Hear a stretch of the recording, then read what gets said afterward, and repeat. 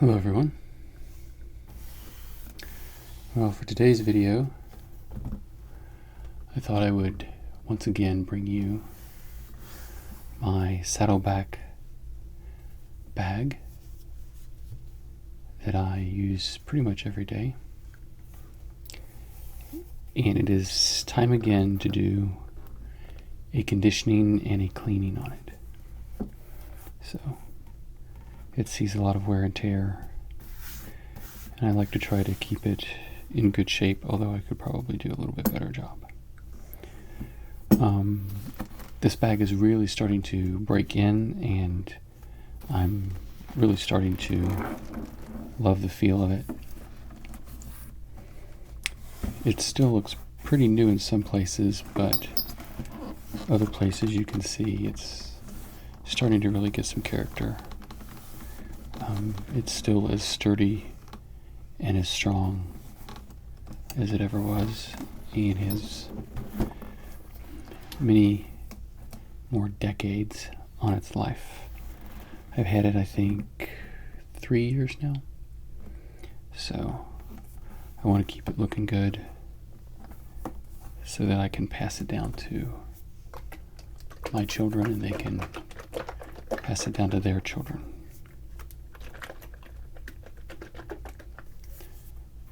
Assuming that we will still have physical things to carry around by that time, and we do not become pure digital beings of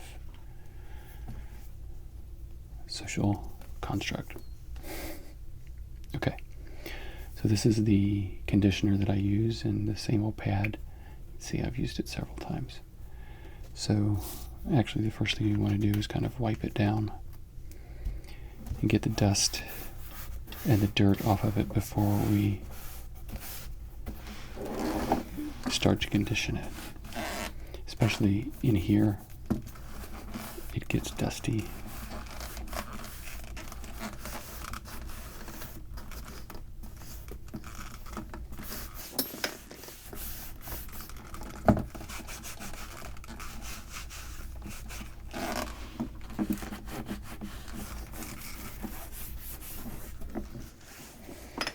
I think that's probably primarily the main place right there.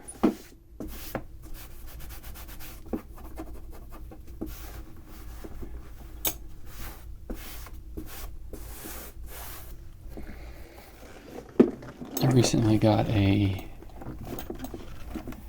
passport holder from Saddleback. One of the things I liked about it was it had a mesh inside of it that protects the little chip from being read remotely. I figured if this is such an important piece of my identification, I need to make sure that it doesn't get stolen. So, okay, just a brief dusting off. I think that should be good.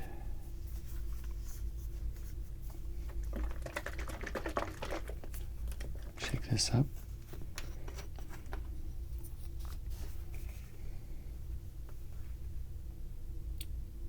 Put some of it here on the pad. Put the lid on each time. And then start to rub in the conditioner. This moisturizes the leather, keeping it supple, keeping it from getting too dried out. It also cleans it and protects it from the environment for a little while.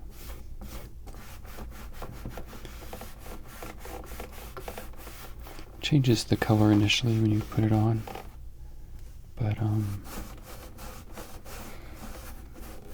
it doesn't stay permanently darker.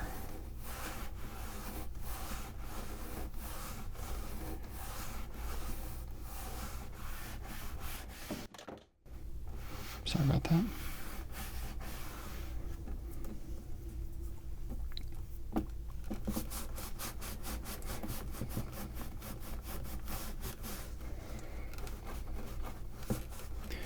With something like this that you use every day, it's often hard to remember when to condition it because you see it every day and it changes very subtly. It's not like something you pull out once every 6 months and look at and realize, oh, that's gotten kind of dried out. It's kind of like when you live with someone, you don't recognize how much they physically change over time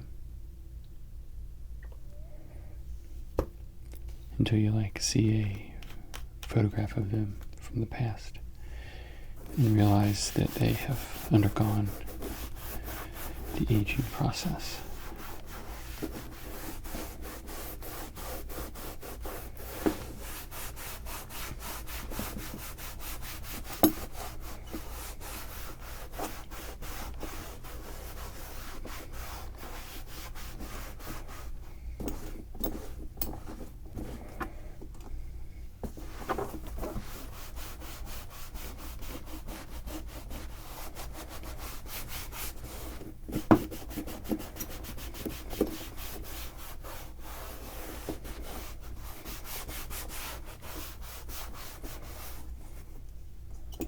I'm going to get down in here. I think that's one of the more exposed places that can get dried out and receive a lot of wear and tear.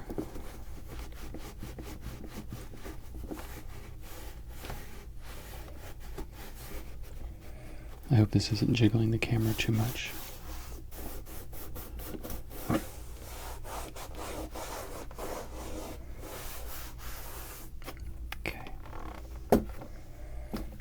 That's looking better already. Now let's do the back here.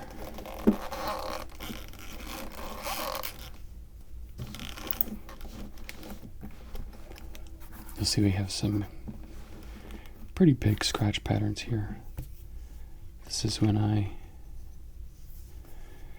bike to work. I strap this thing onto the side of my bike, and it's very secure for the most part, but it does rub a little bit. This is when I was experimenting, so hopefully this isn't going to get any worse. Has a little bit of the bike tire tread, I think, embedded in it.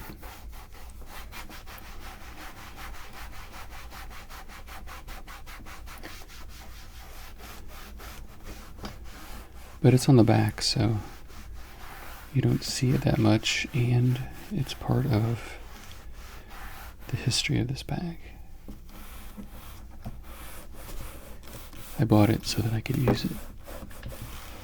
And if I'm afraid of scratching the bag, then I'm never going to take it and actually use it for what it was intended for. So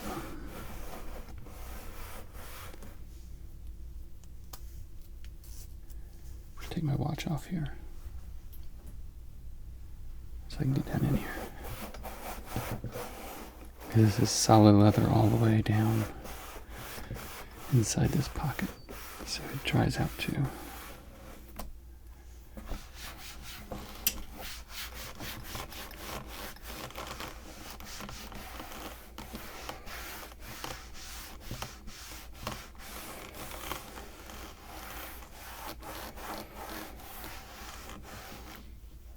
This being such a sturdy bag, I can throw a lot of stuff into it and not have to worry about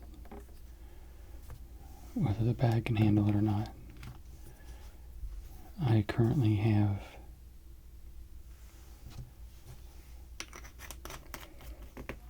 my iPad. It goes in here, and then I have my laptop, my MacBook that goes in there, as well as the keyboard for it and a mouse and all of the charging cords. And I still have room for a book or two and some other small items that I sometimes need. So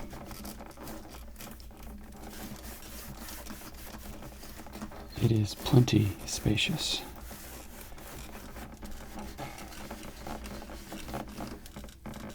Sometimes I tend to, I think, overpack it, but the straps are large and distribute the weight pretty evenly across my shoulders, or shoulder, I should say.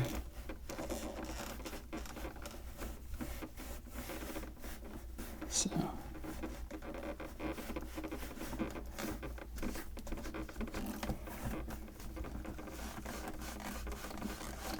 this bag does a great job of taking care of what I need it to, so I'm taking care of it.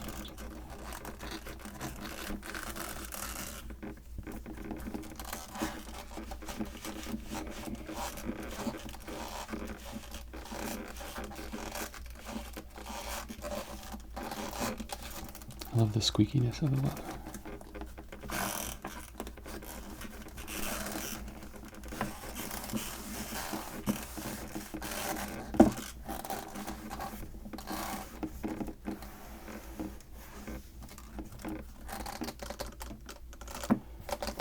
And it's looking much better.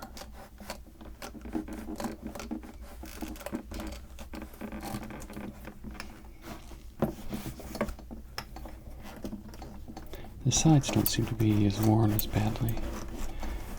I think their scoop design, most of the wear comes here, and the way I use it, there's not a lot of wear that happens on the sides.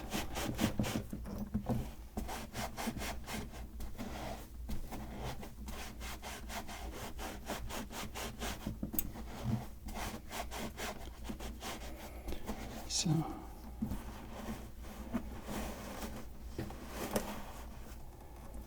I don't see myself ever using another bag like this when I go on a trip. I pretty much have everything I need in here digitally, from my electronics and their chargers, and I know that everything is in here. I don't have to worry about whether I brought a charger, or if I have the mouse, or my iPad. Pretty much my iPhone is the only thing that doesn't live in here.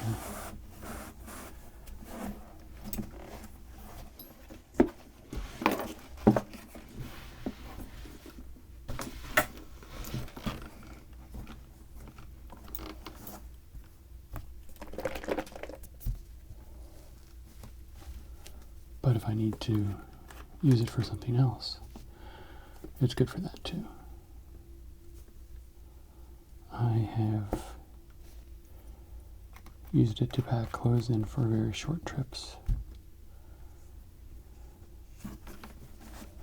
so that I don't have to carry another bag.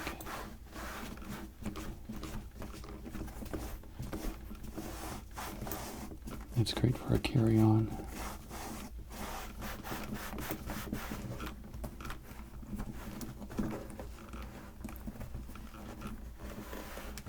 It has these D-rings down here, which I have this cord from it's a shoestring. And if I need to, I can strap like an umbrella or something else. I've strapped my tripod down there before, and it stays down there, and I don't have another thing to carry and worry about.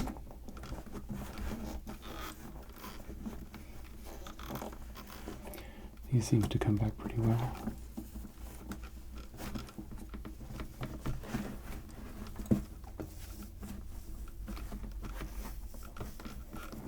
Making sure I get all those little nooks and crannies. The bottom of the bag is important to make sure I get really well.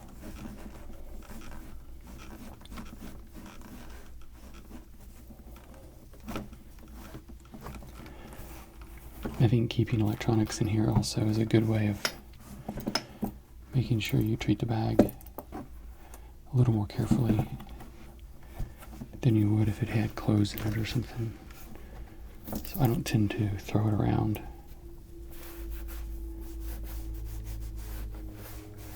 I tend to keep it pretty safe placing it down. I will drop it off my shoulder and catch it with my hand. That's about the only thing. Okay. This I don't think needs to be conditioned. It's a pigskin inside. And the other is a raw leather. So I'm going to let this dry. It takes about 24 hours to dry, so it's a good thing to do on the weekend. Give it a rest. Okay, so here are the accessories that are also made out of leather that I need to condition as well. This is the arm strap, and you can tell, let me move this out of the way here. You can see how much it's bent from being around my arm and well broken in. This is a second one, which I don't use because I don't wear it like a backpack over both shoulders. But you can see how much change in color and wear has been on this one. So this definitely needs some love and attention. And then here's the actual strap itself, holding up very well. Most of the wear is purely on the surface. It's a little kink here because I keep it at the same setting all the time. And this is the second part of the belt. It has the actual buckle. You can do the adjusting. And then this is a divider that goes inside the bag. It kind of makes it become two compartments, which is really nice because I can keep my more delicate electronics on one side and something that might scratch them on the other. Okay, so let's get this belt out of the way first, since it's kind of really big and awkward.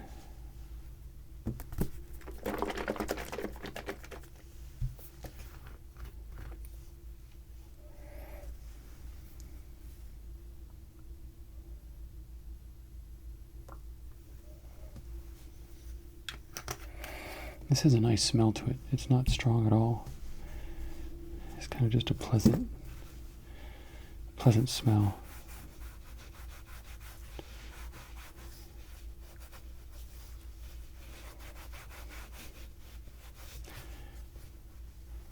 I don't know what kind of scent you would call it. It's not really, because it's not really a chemical smell. It's not a leather smell. Yet it's also not like a floral scent or something like that. It's just a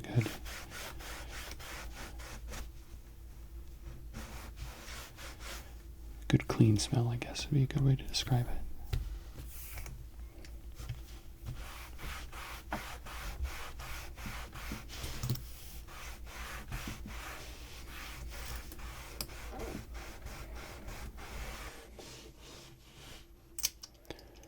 Probably good to get the dirt off of this as well, since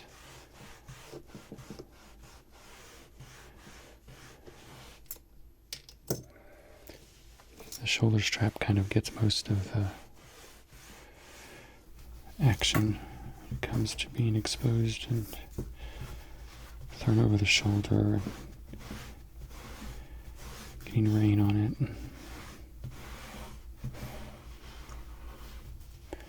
Bunch of other stuff.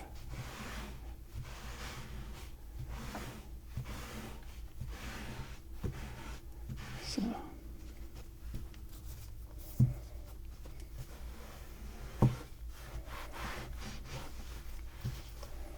okay, so I'm going to set that aside to dry out. let's get this one. Try not to shake the camera too much.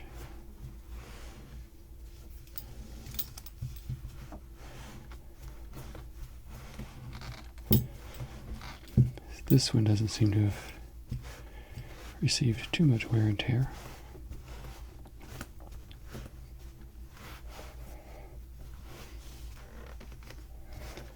Not like the longer section did.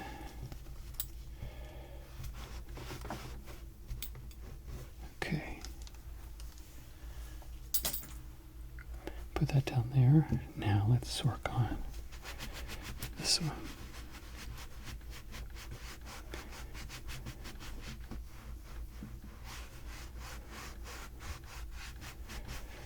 This part has probably gotten the most stress of any of the other leather pieces. I think some of the metal parts take quite a bit of stress.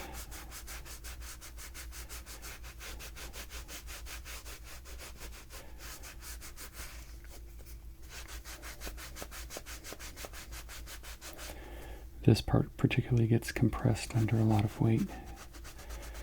It's on my shoulder. It's got a padding in there that's held up. I mean, it's still just like it was when I first got it. Compare it to this one. Even though it's bent into shape, it's still, the padding's the same thickness. It hasn't been worn down.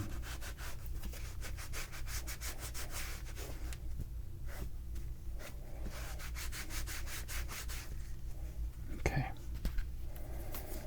Now, I'm gonna hit this really quick. Okay, this has been pretty protected inside the bag, so it's only got a few scratches on it.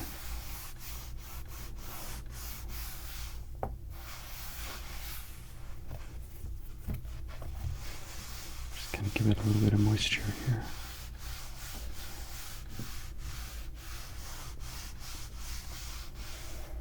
Okay, cool.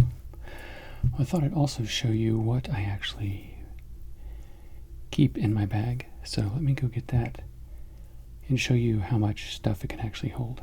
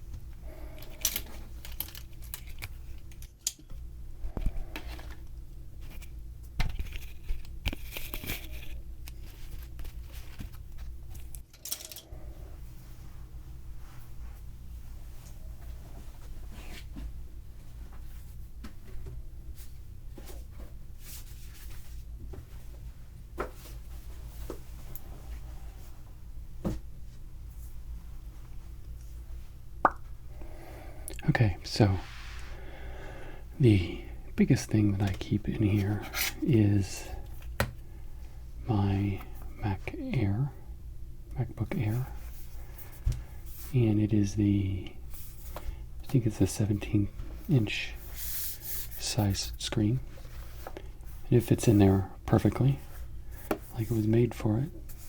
It's kind of even the same dimensions. And then in the back pocket, I keep my iPad, which I use a lot for work. And so I keep it in the back pocket so that it's easily accessible. I can just reach down and grab it. I don't even have to open up the bag. And then inside, I have a keyboard that I use with the iPad if I'm taking a lot of notes. It's the new wireless keyboard from Apple that has the charging port there in the back. I have the charging adapter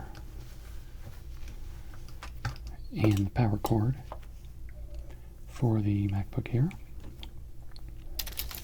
I have an assortment of pens, and I even have a Evernote Jot script pen for my iPad, which it works okay for the old iPads. Not nearly as sophisticated as the iPad Pros, but I've played around with it, but I don't use it that much.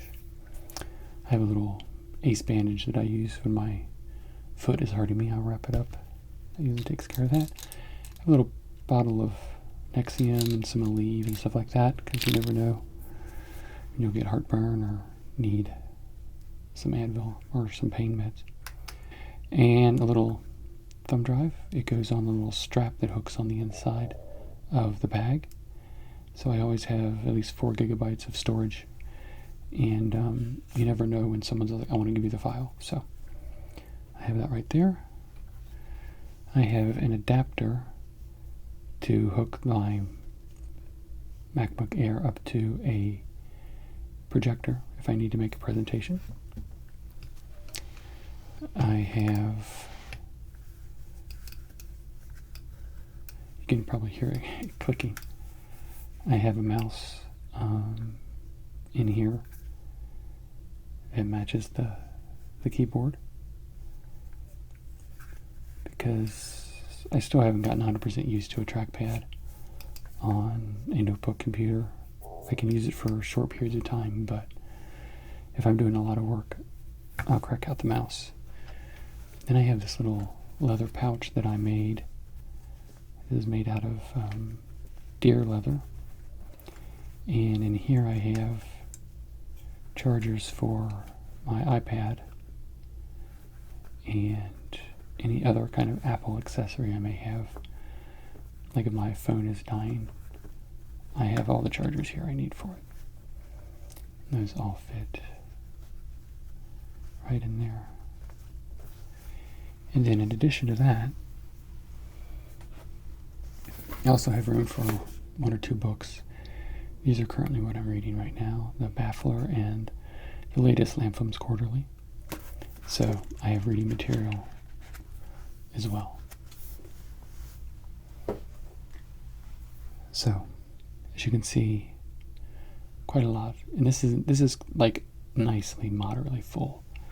I certainly probably could stuff a few things in here or there if I needed to take my old microphone with me or something like that. I still have space for any kind of maybe emergency, but this is kind of my daily haul that I take back and forth to work. Kind of my Swiss Army knife approach. Anything that I might need in a pinch, I have it right there with me. I can grab the bag and go and not have to worry about it. So I'm going to let that dry out for about a day. And tomorrow I'll put all this stuff back and I'll be ready for the workday. Thank you guys for watching. I hope you enjoyed this video. Whether you're watching it for relaxation and ASMR, or whether you were just watching it to see how the leatherback items hold up over time, which I can say are pretty darn well. So I'll see you guys later. Please subscribe to my channel and leave me any comments you have below. I would appreciate it. Thanks.